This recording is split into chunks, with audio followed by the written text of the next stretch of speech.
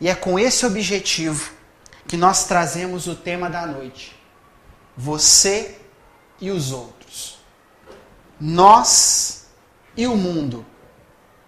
Eu e vocês. Quando nós falamos que a doutrina espírita é uma doutrina de responsabilidade, é responsabilidade com A, com B, com C? Não. É a responsabilidade com a gente mesmo. A nossa responsabilidade não é nem com Jesus, não é nem com Deus, é comigo. Porque se eu faço bem, porque Jesus falou para eu fazer, está errado. Eu preciso entender porque aquele jovem galileu nos mostrou a importância de sermos misericordiosos para alcançar a misericórdia, para perdoar, para sermos perdoados. E quando nós chegamos numa primeira noite, no primeiro momento, em uma casa espírita, contamos uma história dos pretéritos quando ainda éramos católicos. Eu venho de família católica. Fiz a primeira comunhão, sou crismado. Minha mãe jurava de pé junto que eu ia virar franciscano. Mas a vida foi me apresentando novas cores, novos matizes. E ainda na época, ainda eu sou estudante, nós somos eternos estudantes. Quando eu estava no ensino médio, estudando para vestibular, provas, eu sempre tive desafios sérios com a matemática.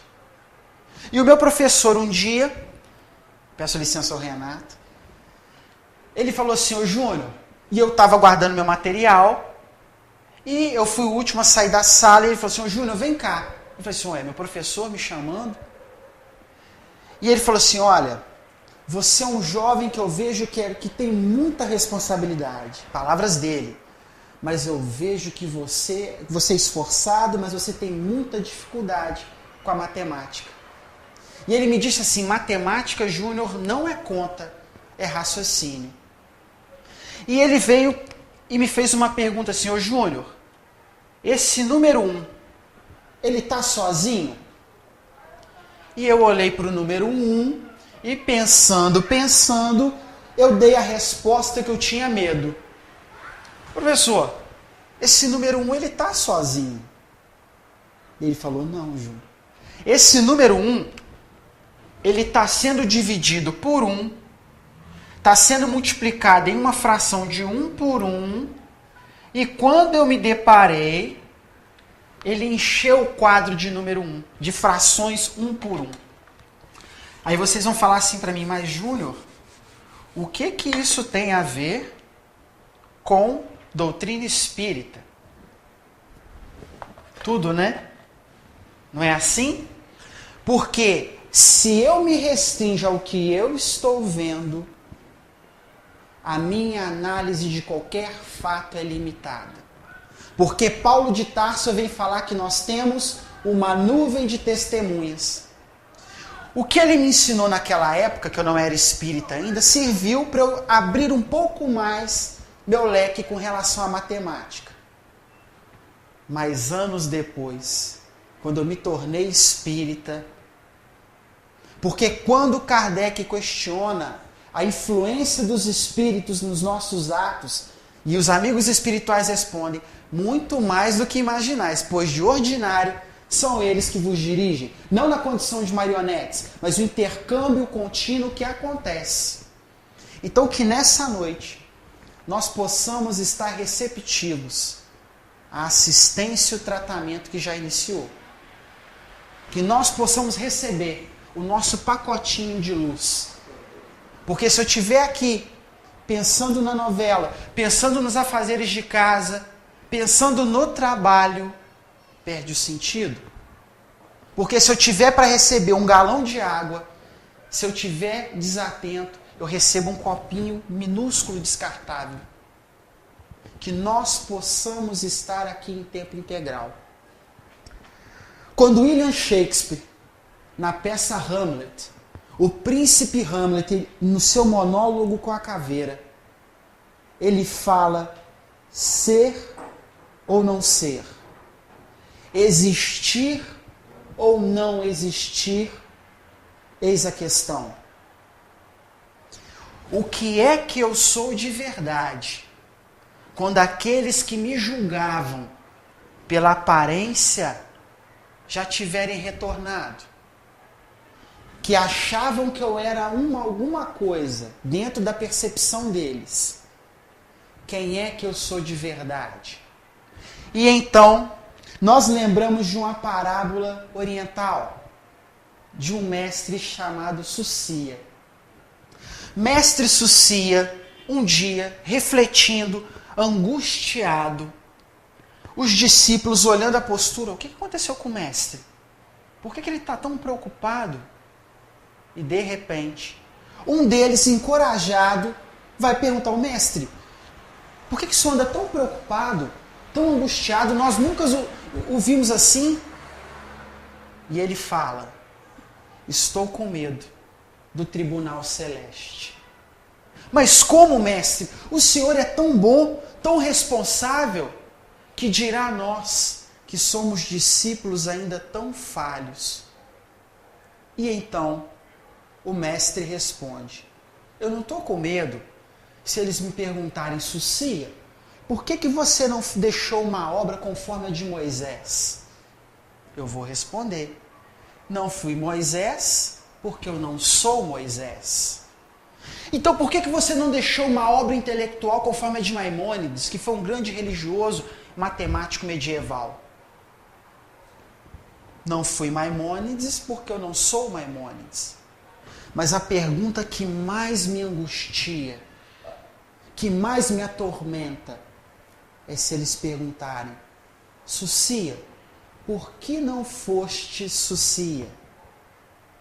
Ô Júnior, por que você não foi o Júnior?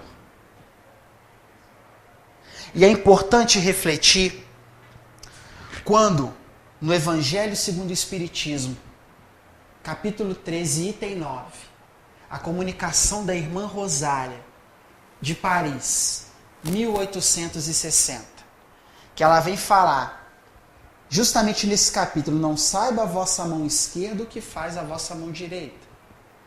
A caridade moral e a caridade material. E a irmã Rosália vem fazer um paralelo. E ela vem falar que a caridade moral, todos nós podemos fazer. Que é, como que eu posso dizer, é a mais desafiadora.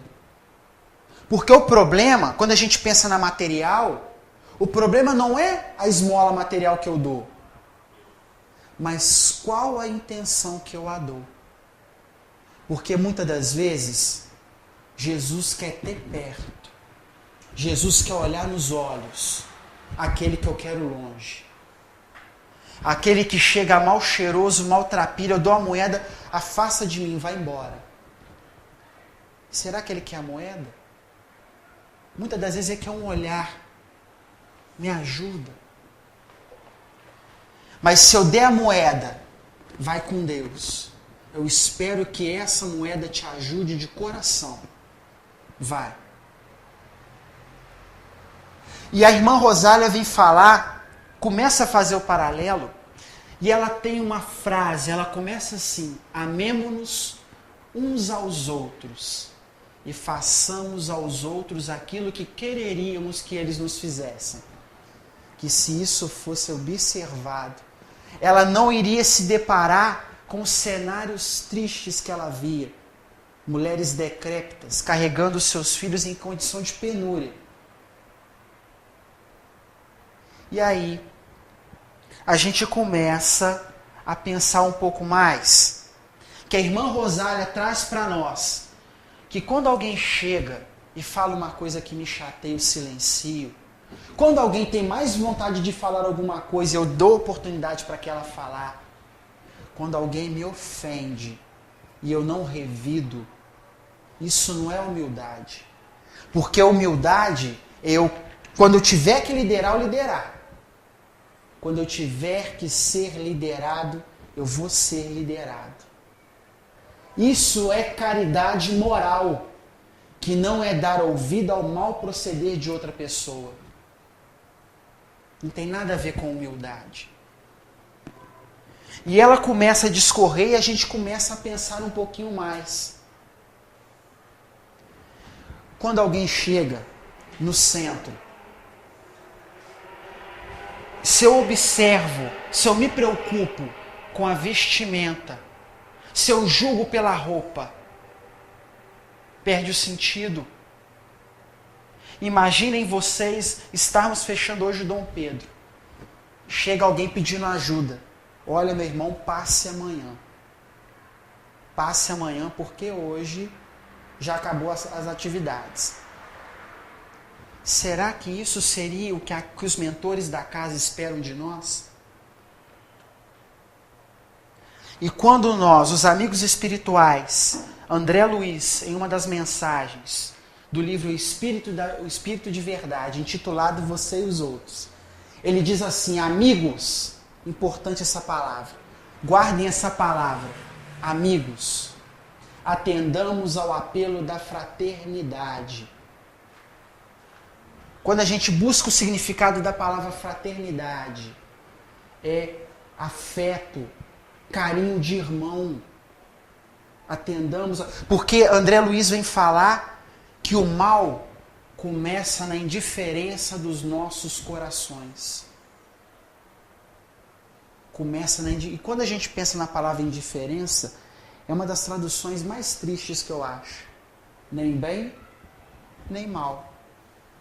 Não me importa. Não me importa. E André Luiz, ele começa a discorrer, falar que a gente não tem que fazer amizade para um benefício profissional. Olha, você é amigo de determinada pessoa porque ele vai me ajudar no meu trabalho. Não. André Luiz nos convida a gostarmos um dos outros pelo que nós carregamos, pelos desafios que nós carregamos, pelos acertos que nós carregamos. E como é bom refletir na figura do Cristo, porque Jesus é aquele que nos dá o consolo. Jesus, em verdade, é aquele que veio apaziguar os nossos desafios. Porque quando eu lembro de Jesus, quando nós lembramos de todas as passagens do Evangelho, quando ele anuncia tudo aquilo que iria acontecer com ele, e Pedro fala: não, mestre, nós não vamos permitir que isso aconteça, vamos estar com o Senhor. Pedro, antes mesmo que o galo cante, tu me negarás 3 vezes. E Pedro nega uma, nega 2, nega 3, e o galo canta.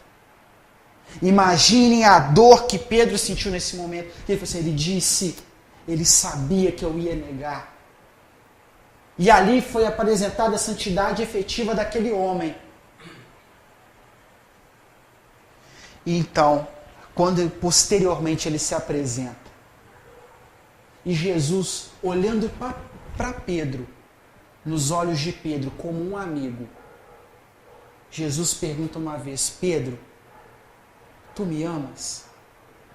E aí, o bonito do Evangelho é isso. É como um desenho. Se eu der uma prancheta com uma folha de papel e um lápis, e falar: gente, cada um desenhe esse jarro de flor. Cada pessoa vai desenhar o jarro de flor de uma maneira. E o Evangelho, cada um de nós tem uma particularidade. Consegue enxergar Jesus ao seu modo e as cenas do Evangelho ao seu modo. E na nossa concepção, nós imaginamos Pedro. Ele não me perdoou. Ele falou tanto para perdoar, ele não me perdoou. Porque senão ele não estava perguntando se eu o amo. Imagine. E Jesus: tu me amas, Pedro? Tu sabes que eu te amo. Apacenta as minhas ovelhas. E Jesus pergunta uma segunda vez: Pedro, tu me amas? Tu sabes que eu te amo. Apacenta as minhas ovelhas. E quando Jesus pergunta uma terceira vez, Pedro, desolado, cabeça baixa. Ele não me perdoou, ele não acredita. Eu posso falar 1000 vezes, ele não acredita. E a gente imagina como um amigo faz com a gente quando a gente está passando por um desafio. Jesus coloca a mão no ombro de Pedro e ele pesca Pedro pela segunda vez. Pedro, tu me amas? Tu sabes que eu te amo? Apacenta as minhas ovelhas. Jesus conhece o nosso íntimo. Os nossos atos não definem a nossa condição de espírito, o meu estado espiritual, porque sabemos que nós somos luz. Quando Jesus fala, vós sois deuses, podeis fazer o que eu faço e muito mais. Isso é Salmo, livro do Salmo, Salmo 82, versículo 6. Podeis fazer o que eu faço e muito mais. Jesus conhece a nossa intimidade crística. E a gente começa a se apequenar por conta própria. Porque eu começo a condicionar os meus atos em função dos outros.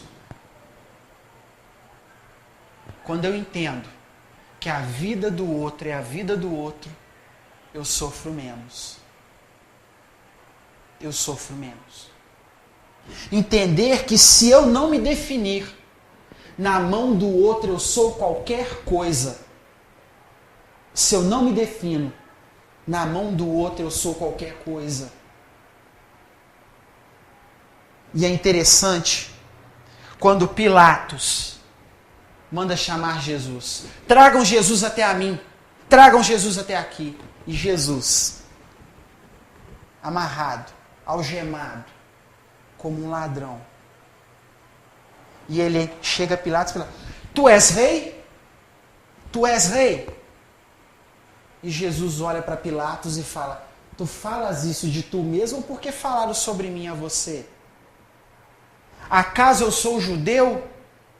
Acaso eu sou judeu?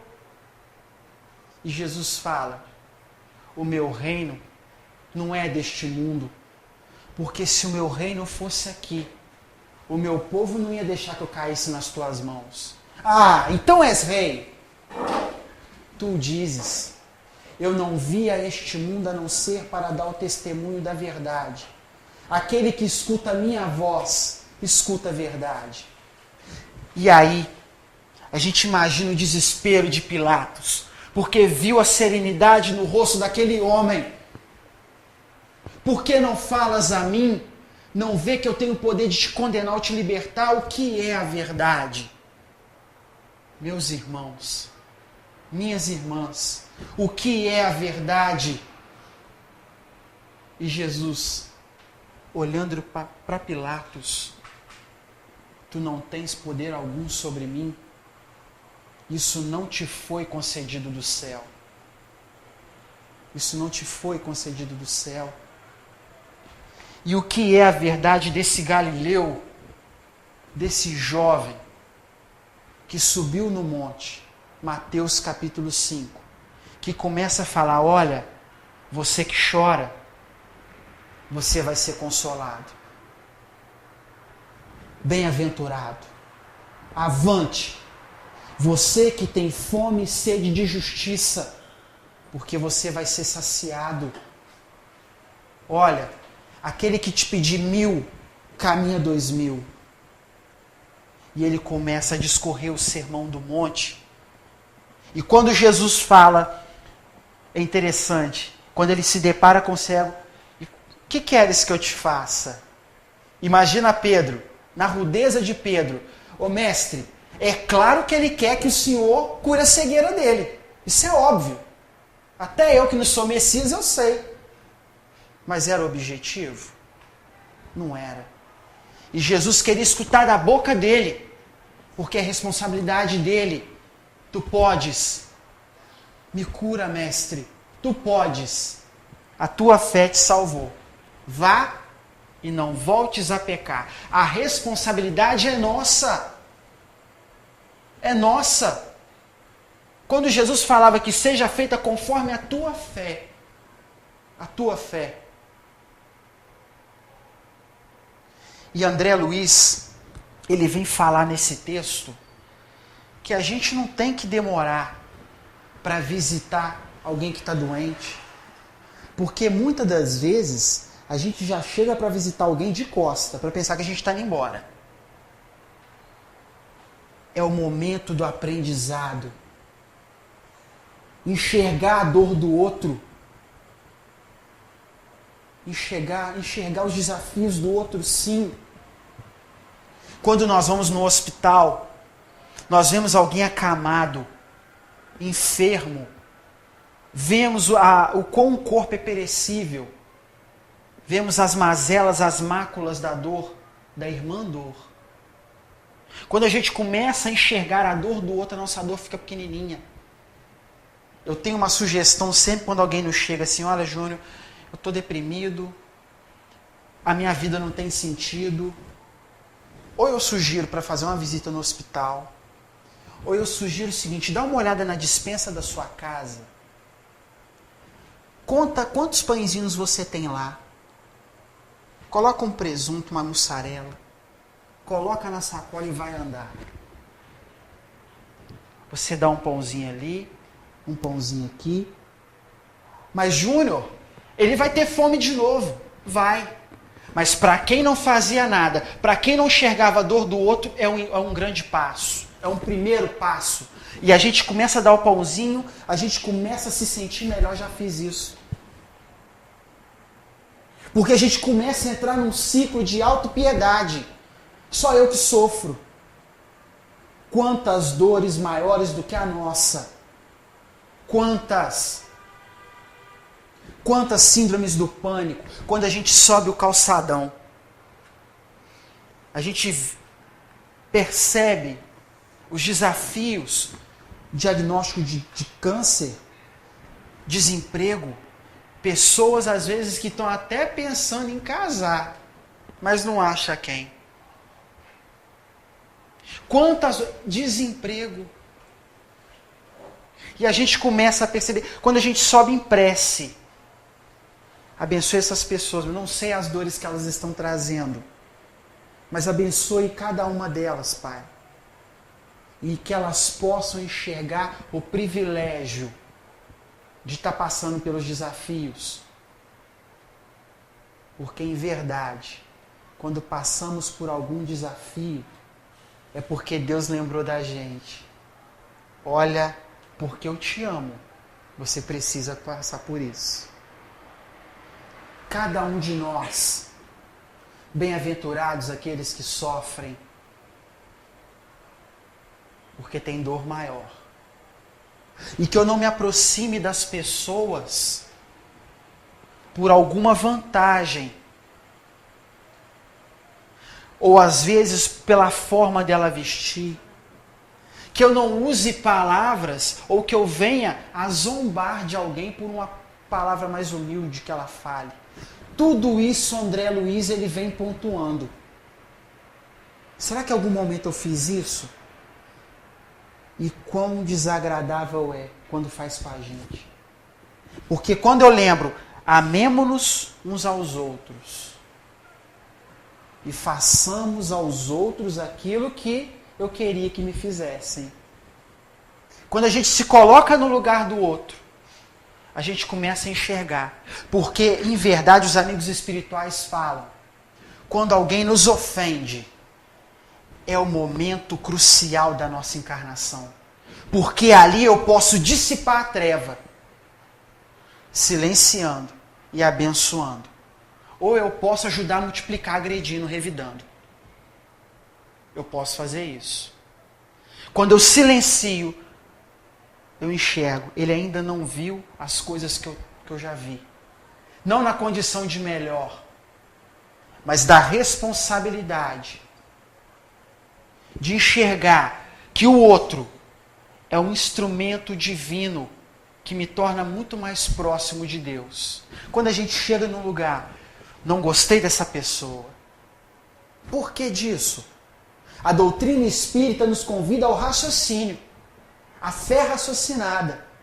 Porque é justamente aquela pessoa que nos mostra quão distante estamos do Cristo. quão desafiador é para nós. Porque ele veio falar, ama o teu inimigo. Jesus era judeu. Eu não vim contra as leis, mas eu vim fazer com que elas sejam cumpridas. Era o que ele falava. E eu gosto muito de uma passagem de um monge. O monge caminhava com seus discípulos e rumo ao monastério. E quando eles estavam subindo, passando pela ponte, o monge olhou, tinha um escorpião se afogando. Ele olhou o escorpião, foi ao encontro, pegou o escorpião picou a mão dele e ele caiu de novo no rio. Então o monge pegou um pedacinho de madeira, pegou o escorpião, colocou ele em segurança e seguiu para o monastério. Os discípulos inquietos. Se eu tivesse lá, eu também ficaria inquieto. Como pode isso? E um deles, um deles não conseguindo se segurar. Ô mestre, pois não. O que aconteceu lá atrás? O senhor tentou salvar aquele escorpião deu uma picada no senhor, e depois o senhor tentou salvá-lo novamente, correndo o mesmo risco. E o monge, ele fala, ele dá um ensinamento que é fantástico. Ele fala o seguinte, o escorpião agiu conforme a natureza dele, me agredindo. E eu agi conforme a minha natureza. A minha natureza é amar. Qual de nós, qual personagem nessa parábola nós somos? O monge, o discípulo que se incomodou ou o escorpião? Já vou adiantar que o monge eu não sou. O monge eu não sou. Hoje, agora, tenderei um dia, é a nossa tendência. Porque a doutrina espírita ela nos ensina que não tem retrocesso. É uma doutrina, nós progredimos, nós estamos em constante construção. Quando o Júnior saiu da casa dele hoje à noite para vir para o Dom Pedro, não, eu já não vou voltar a mesma coisa para casa. O Júnior que saiu foi um, o Júnior que voltar para casa é outro. Estamos em constante construção. Podemos estagnar, mas chega um momento que a lei impõe. Você precisa reencarnar, você precisa melhorar. Por você. Não é pelo outro. É por você. Qual é o sentido? O que nos trouxe aqui ao Dom Pedro II hoje? Eu poderia perguntar. Quem veio aqui pela dor? Quem veio pelo amor? Quem veio para agradecer? Não é o objetivo. O importante é que estamos aqui, reunidos, para refletirmos juntos. O que faz sentido para nós? É viver uma vida condicionada aos outros. Você e os outros. O que tem do outro que me incomoda? A psicologia, a psiquiatria fala que tem uma coisa chamada projeção. Não vou entrar nesse mérito. Porque eu vejo no outro aquilo que me incomoda. Porque eu só sei reconhecer aquilo que eu tenho domínio. Mas quando a gente olha, é você que eu preciso amar. Porque amar quem me ama é muito fácil. Porque é interessante, isso numa temática futura, mas quando os dois discípulos estavam indo de Jerusalém a Emaús, e quando o peregrino, eles encontram um peregrino no caminho, e quando eles começam a falar de Jesus, ele fala, mas do que vocês estão comentando aí?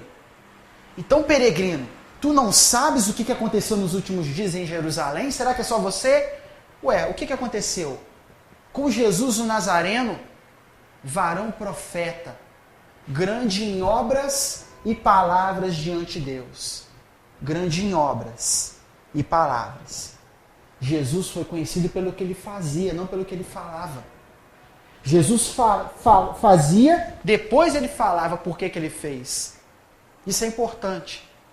Isso é o que diferenciou Jesus de tantos outros que vieram antes dele. Jesus fazia primeiro, olha, ama o teu inimigo. Quando Pedro corta a orelha de Malco, Jesus pega a orelha e cola e fala assim, não, Pedro, quem mata pela espada, morre pela espada. Tu achas mesmo que se eu não pedisse a meu Pai do céu, Ele não mandaria uma legião de anjos para me ajudar? Era a missão do cordeiro, do servo. Porque quando ele questionava, se tu és o Filho de Deus, desce, que eu acredito. Se Jesus descesse naquele momento, a doutrina dele caía por terra. Aquele homem acreditaria, mas e os outros? E eu? Porque uma das coisas que eu gosto muito é ater o Evangelho e refletir com a codificação. E quando Jesus fala, graças te dou, Pai do céu, porque tu revelastes essas coisas aos pobres e pequeninos e a ocultaste dos sábios e entendidos. Quando Jesus fala uma coisa dessa, isso dá paz. Isso dá conforto. Porque ele disse também, se o mundo vos odeia, lembra que me odiou primeiro. E se ele vos odeia, é porque não sois do mundo. Porque se fosse do mundo, ele te amaria. E aí liberta. Quando eu li isso, me libertou. Então quer dizer que eu não sou daqui, Pai? Não. Você está no mundo, mas você não é do mundo. E isso nos educa a não olhar como julgador, como crítico. Você é assim, você é errado, não. Na condição de um aprendiz, de um pequeno, que enxerga o desafio do outro. Mas a gente começa a avaliar quais os desafios que o Júnior traz. Porque eu não posso falar por vocês. Cada um tem o seu. Ah, mas ele bebe, ele fuma. Quando alguém, qualquer centro, qualquer palestra, a doutrina fala assim, você não deve beber, você não deve fumar. Não. A doutrina fala, leia André Luiz, leia as obras de Kardec, leia Leon Denis, entenda o porquê de não beber e de não fumar. Ah, Júnior, mas eu tenho desafios sérios nessa área. Que Deus te abençoe, meu irmão. Vamos nos dar as mãos. Porque se eu não tenho desafio com isso, eu tenho desafio com outra coisa. Porque a gente acha, muitas das vezes, que a dimensão da doutrina espírita, trabalhos, são pessoas que nós temos um carinho imenso. O Chico, o Divaldo, o Armando, que a gente tem o prazer de conviver, de ver de vez em quando, porque são tantas atividades. São irmãos que o melhor elogio que eu posso fazer por eles é a oração. Que ele continue. Quantos aqui, o próprio Renato, mostrando a dimensão do trabalho do Dom Pedro II. À medida que ele foi falando, e eu fui fazendo uma prece. Que esse trabalho continue, Pai. Porque a maior caridade pela doutrina espírita é a divulgação. É divulgar. É divulgar. Porque já aconteceu isso comigo. Olha, o filho da Dona Perpétua, olha, tá mexendo com as coisas chamadas de espiritismo. Mas ele, desde pequeno, ele era meio esquisito mesmo. Quando a coisa aperta, vai lá no filho da Dona Perpétua, ele mexe com essas coisas, ele vai te ajudar. O Júnior vai ajudar alguém? O Júnior vai se ajudar, porque o bem que me faz bem é o bem que eu faço, não é o bem que me fazem. O mal que me faz mal não é o mal que me fazem, é o mal que eu faço. E a gente busca socorro. Olha, eu não tenho como te ajudar, mas eu sei quem pode. O que eu posso, que eu acredito que é muito. Eu vou orar por você, mas a gente vai buscar uma ajuda sim. Entende? Mas é importante porque se vocês forem embora, olha, eu não quero compromisso com essas coisas de espiritismo não. Eu estou indo embora com essas coisas que esse menino está falando. Realmente, quem falou que ele era meio esquisito está certo. Eu vou embora. A nossa responsabilidade é imensa. Porque se eu abrir o Evangelho e li Mateus 5, Mateus 6, se eu li o Sermão do Monte, eu já tenho uma responsabilidade gigantesca. Não precisa nem de passar perto de Kardec, não. Agora, o que realmente fez com que nós estejamos aqui essa noite? Qual é o sentido para nós? Por que existe aquilo que existe ao invés de nada existir? Por que determinadas pessoas nascem com tanta limitação física? Eu nasci assim. Por quê? Para quê? E a gente começa a pesar, começa a raciocinar perante as mazelas do mundo. E a doutrina espírita, ela começa a preencher as lacunas. Busquem os porquês e paraquês da vida. Nós precisamos fazer isso por nós. Porque é o que nos dá sentido. Certa vez o Chico foi uma vida de chagas, né? Teve uma vez que ele disse, mano, por favor, conversa com Maria. O atendimento fraterno do Chico era com Maria Santíssima. Mano, pergunta para Maria, pede ela para mandar uma mensagem que me console, porque eu estou passando por tantos desafios. Tudo bem, Chico. Emmanuel era o disciplinador, mas ele tem um amor muito grande pelo Chico e pela humanidade em si. E ele foi, até que um dia Emmanuel falou, e então, Emmanuel, tem uma mensagem de Maria. Chico já se postou para psicografar. Chico, Maria Santíssima pediu para te dar um recado.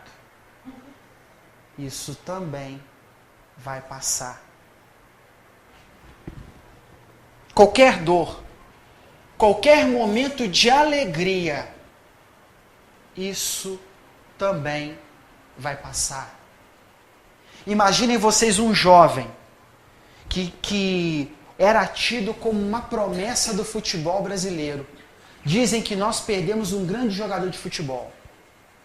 E ele, quando ele olhava no espelho, ele fazia assim, ó. E Tarzan. Até que um dia, ele ganhou um terno branco, feliz da vida, vou estrear esse terno hoje, vou com ele no cinema. O filme que estava passando na época era O Vento Levou. E era um filme de 3 horas de duração, cinema lotado. E então, ele não teve como sentar, ficou em pé, assistiu o filme inteiro em pé. Quando o filme acabou, ele ficou petrificado. Foi a primeira manifestação da artrite reumatoide. Então a calça que era branca ficou vermelho tinto. Tiveram que cortar. E ele tinha uma habilidade fantástica, uma habilidade fantástica com as palavras. Ele disse que o vento levou a calça, os sonhos dele. E aí da muleta foi para a cadeira de rodas. Da cadeira de rodas ele foi para uma cama ortopédica, que segundo os amigos espirituais, se a inclinação fosse maior ou menor, ele desencarnava. Tamanha fragilidade cardíaca dele. De quem que eu estou falando? Jerônimo Mendonça, o gigante deitado. E então, você nascer, você reencarnar cego, fisicamente falando, é uma coisa. Agora, você sendo podado como uma planta, ele ficou cego, ficou paralítico do pescoço para baixo. E ficou cego. E então, um dia, uma senhora, ela armou todo o cenário, comprou ingresso para a família ao teatro, comprou os medicamentos e falou, vou me despedir do mundo cão, vou ver um pouco de televisão. Quando ela liga a televisão, está passando uma reportagem. Jerônimo Mendonça está sendo entrevistado. E aí, o repórter pergunta para justamente na hora que ela ligou, Jerônimo, para você que está tanto tempo na cama nessa posição, o que é felicidade? E ele disse, para mim, felicidade, que estou há tantos anos na mesma posição, é simplesmente poder mudar de posição. E aquela mulher, quando vê aquela resposta, joga os medicamentos fora, liga para a produção do programa e se torna amiga de Jerônimo Mendonça. Tem coisa pior. Não precisa acreditar no que eu estou falando, não. Mas tem coisa pior. Só perceba, quando você olhar da janela da sua casa, vão passar várias pessoas. O que elas têm em comum? Nenhuma delas tem uma vida perfeita.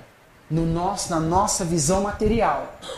Na nossa visão limitada. Porque nós nos limitamos. Nós limitamos o nosso potencial crístico. Porque Jesus falou: vós sois deuses, podeis fazer o que eu faço e muito mais. Foi Ele quem falou.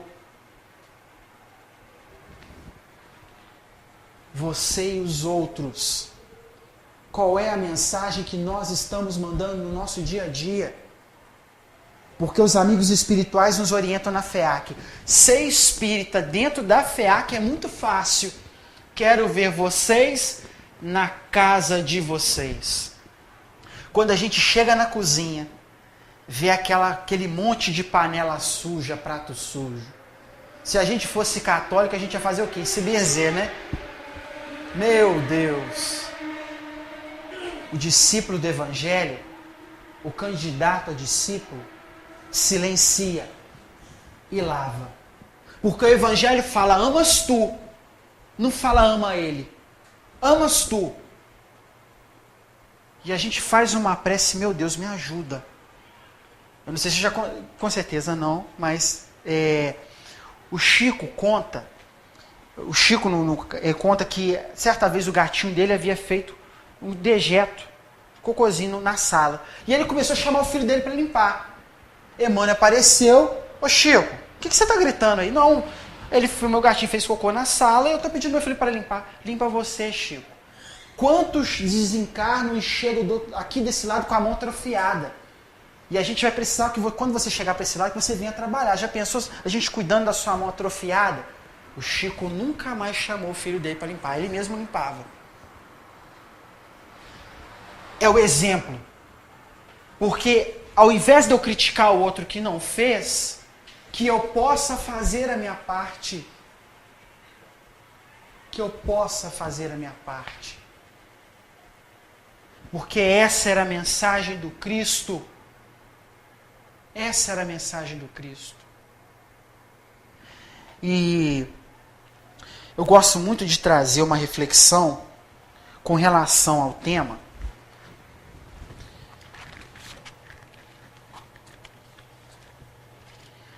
Que ela é uma música do padre Fábio de Mello. Pode ficar tranquilo que eu não vou cantar não, tá? Podem ficar tranquilos. Não levo o menor jeito. Mas é uma letra que escutávamos, que sempre no nosso íntimo ela ressoava de maneira diferente. Na época estavam passando por sérios desafios. E então a música ela chama Contrários.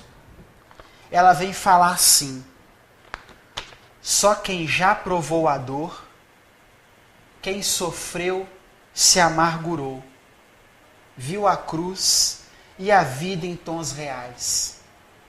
Quem no certo procurou, mas no errado se perdeu, precisou saber recomeçar. Só quem já perdeu na vida sabe o que é ganhar, porque encontrou na derrota algum motivo para lutar. E assim viu no outono a primavera e descobriu que é no conflito que a vida faz crescer. É no conflito que a vida faz crescer. Que o verso tem reverso, que o direito tem um avesso, que o de graça tem seu preço, que a vida tem contrários, e a saudade é um lugar que só chega quem amou, e o ódio é uma forma tão estranha de amar. Que o perto tem distância, que o esquerdo tem direito, que a resposta tem pergunta, que o problema solução e que o amor começa aqui, do contrário que há em mim. E a sombra só existe quando brilha alguma luz.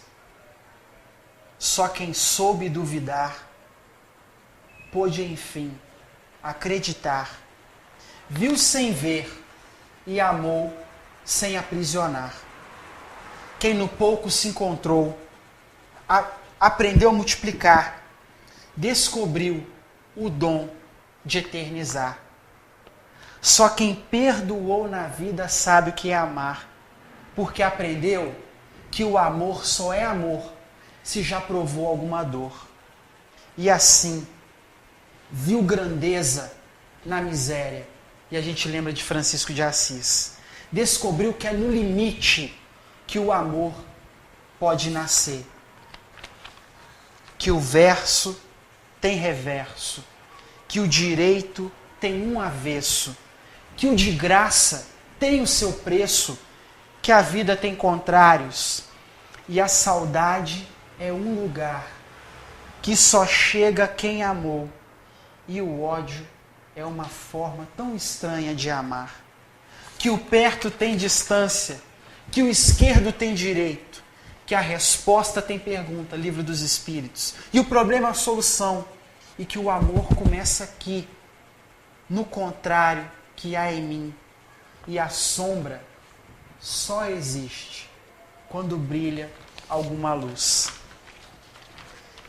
E aí a gente lembra quão bom é enxergar as nossas misérias, porque é através justamente dessas misérias que eu posso dar um passo para a luz. Porque enquanto eu não enxergar os meus desafios, as minhas dores, as minhas máculas, eu vou achar que eu vou estar fazendo tudo certo. E vocês lembram que eu pedi para vocês guardarem uma palavrinha no início da palestra que foi amigos? Nosso tempinho já está acabando. Para mim é uma pena, não sei se for vocês, é graças a Deus. Que bom que você me vai parar de falar. Mas Jesus recusou o título de juiz. Ô mestre, diz para o meu irmão repartir comigo a herança. E Jesus fala: quem me colocou como juiz ou repartidor dentre vós? Jesus recusou o título de bom. Meu bom mestre, por que me chamastes de bom? Só há um bom, que é meu Pai que está no céu. Mas teve um título que Jesus não recusou. E ele vem falar: me chamaste de mestre, dissestes bem, porque mestre eu sou, mas eu não vos tenho chamado de discípulos, porque não é lícito saber tudo que o mestre sabe, mas eu tenho vos chamado de amigo, porque tudo que o meu Pai tem me dito, eu tenho trazido até vós. E quem não quer ter Jesus como amigo? Jesus é o amigo para as nossas dores. Quando a gente está numa prece, está passando por algum desafio, quando a gente imagina colocando a cabeça encostada no ombro de Jesus, nós sentimos uma paz, sentimos um conforto. E Jesus está ali com a gente. Sabemos da intervenção dos amigos espirituais, que é tão intensa. E tem uma amizade. Toda vez que eu falo de amizade, eu gosto de mencionar a amizade de Michel de Montaigne com Etienne de La Boétie. Michel de Montaigne foi um jurista, político, filósofo, escritor, cético e humanista francês. Etienne de La Boétie foi um humanista e filósofo francês. Era um amigo de Michel de Montaigne.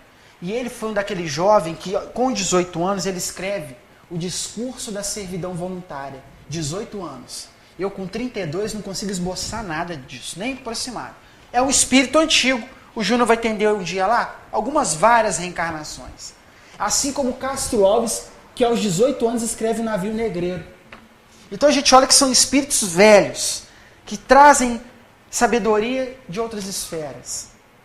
Mas o que chama atenção é o que Michel de Montaigne escreve sobre Etienne, que faleceu.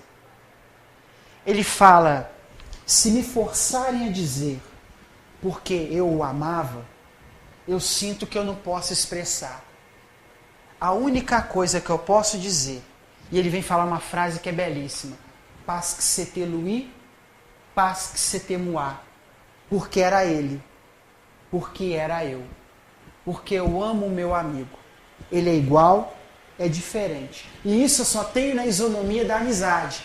Porque o nosso amigo, ele sabe as nossas sombras, sabe os nossos desafios, mas mesmo assim ele nos ama. E que é amigo maior do que Jesus?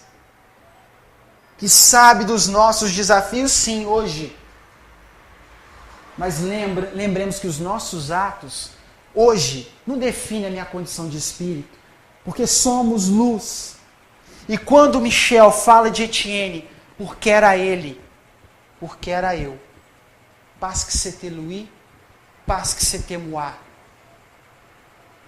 Quem de nós não tem um amigo e a gente não lembra com o carinho dele, porque ele nos ajudou quando nós mais precisávamos? E qual de nós certamente não tem alguém que lembra da gente com carinho também? Eu venho de uma família de músicos. Meu avô foi maestro da banda do Monte Castelo há 49 anos. Eu não tenho o menor jeito para música.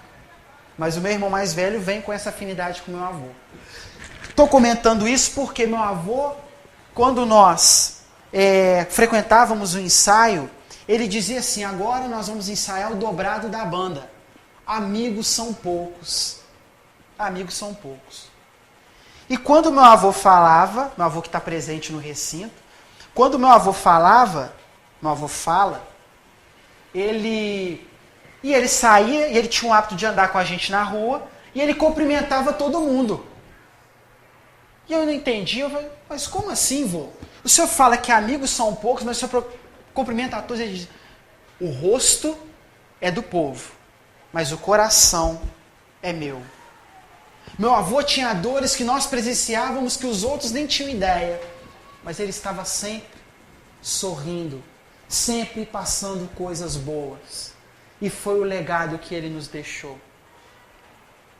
Que nessa noite, agradecendo de coração a recepção do Dom Pedro II, foi um privilégio. E que nós possamos efetivamente, assim como o príncipe Hamlet, no monólogo com a caveira, ser ou não ser, existir ou não existir. O que é que vão falar quando eu chegar do outro lado? Júnior, por que você não foi o Júnior? É cada um. Você e os outros. Eu e vocês, nós e o mundo. Qual é a nossa conduta como espíritas? Que o Senhor nos dê a paz.